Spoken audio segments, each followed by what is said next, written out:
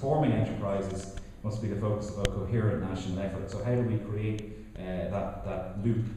And thirdly, the availability of smart capital is crucial for starting, growing and transforming enterprises. Fourthly, our education system must encourage entrepreneurial thinking, creativity and innovation. We have to change that, and we have to improve, make sure we don't go the same route of a lot of other developed countries in the maths and science, mathematics and science areas. And finally, we must sharpen the focus of our national research system to target areas of potential strategic and economic advantage to Ireland. So those are the 5 principles we're working around, as well as an additional one about the state involving itself in what we call flagship projects, which is finding a particular problem and putting a serious amount of money behind it and trying to grow in an area where we have companies located in Ireland that could actually provide some of the solutions to that problem and thereby scale businesses much more quickly. So obviously supporting entrepreneurs is absolutely critical. The entrepreneurs in SMEs play a key role in driving innovation, and the entrepreneurial individuals obviously stimulate innovation, transformation in established firms. I think Josh Lerner in Harvard Business School describes it really well, where he says the empirical evidence shows that startups redefine the US economy through both the direct effects and spillover effects.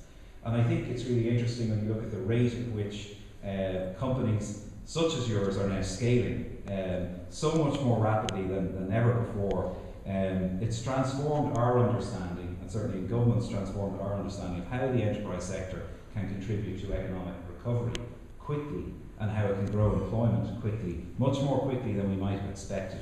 And I think in being an advocate for this area, those are really crucial results.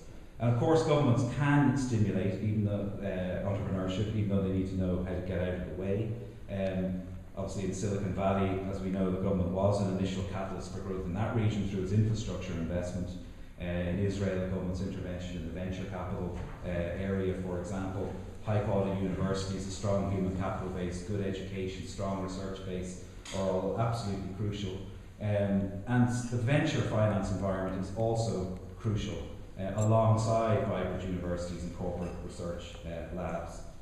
And in our view, it's important that we don't just, I think we discussed today with some others, that we perhaps don't have the terminology to describe what we're trying to do.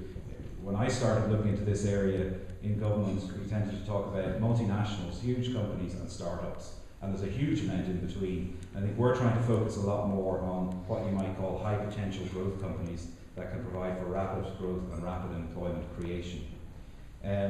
So we had to consider whether we feel we can be an innovation hub, and I think here the statistics support the view that we're an entrepreneurial people with a tradition for innovation, fantastic strengths in many sectors, and part of a huge European labour market where we feel that there is a real demand for a place in Europe where it's incredibly friendly to entrepreneurs, and that's what we're trying to create. And we have an extraordinary set of multinationals here, and we're really doing our best. We've produced a report from our Innovation Task Force which puts out all the policy initiatives that we feel are crucial to making this work and helping the entrepreneur. And again, very happy to provide that to any of you, and very keen to get feedback on it. So we have a very attractive regulatory and taxation environment. We've made it clear 12.5% corporation tax rate is staying, and we've made major progress in having an attractive R&D tax regime and intellectual property tax regimes. So we're still winning despite difficult circumstances, huge amounts of foreign direct investment, and we are fundamentally different as an economy to, say, the Greek economy or the Portuguese economy. If you look at, you'll be surprised I'm saying that. So for example, Ireland has 80 times the level of US investment that Greece has, and has 23 times the level of US investment that Portugal has. We have a government problem at the moment in terms of our fiscal balance, but the good part of the economy is functioning, the real economy is functioning very well.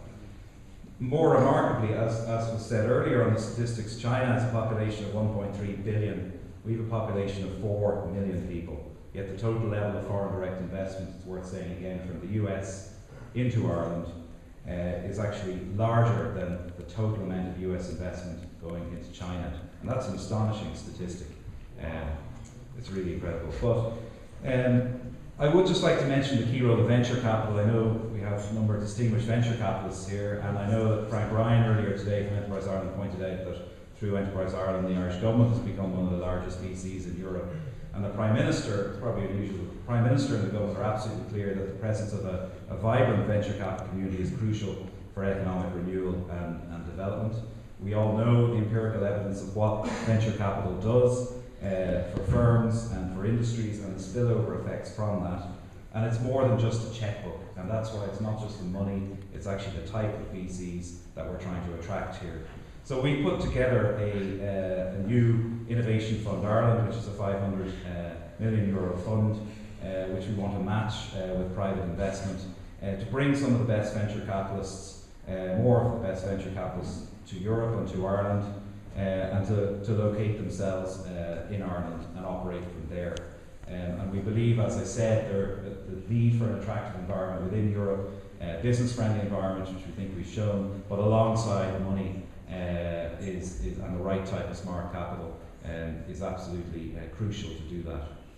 So to conclude, I just want to thank, congratulate Paddy and his team for organising a really, really excellent event. I really hope it becomes an annual event. It's been really fantastic.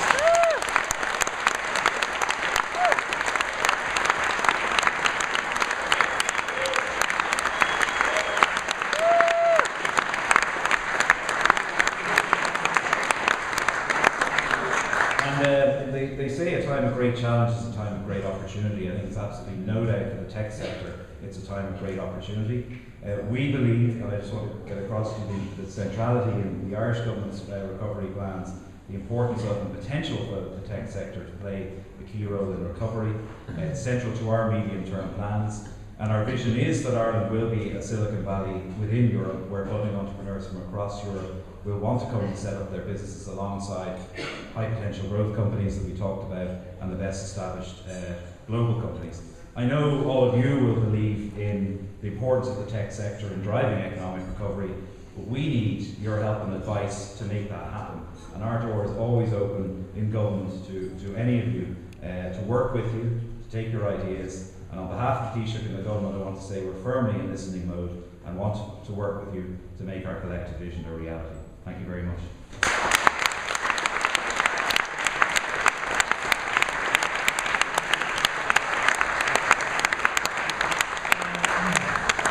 Thank you very much, Professor Clinch. It's a great honour to have you here representing the Prime Minister. Now, Paddy is going to be heading off to the Late Late Show, which is a phenomenon now, the world's longest running TV show, to talk to all of the houses around the country about this great event.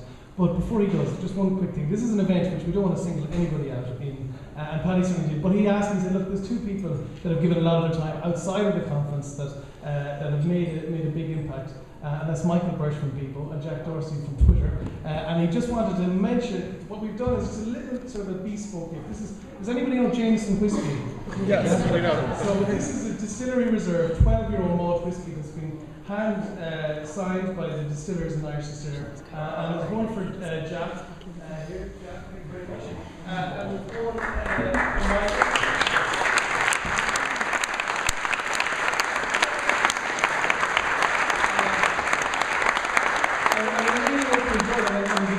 Tomorrow. But, you know, Paddy was right, this isn't about singling out people. So there's one for everybody in your hotel room, individually signed James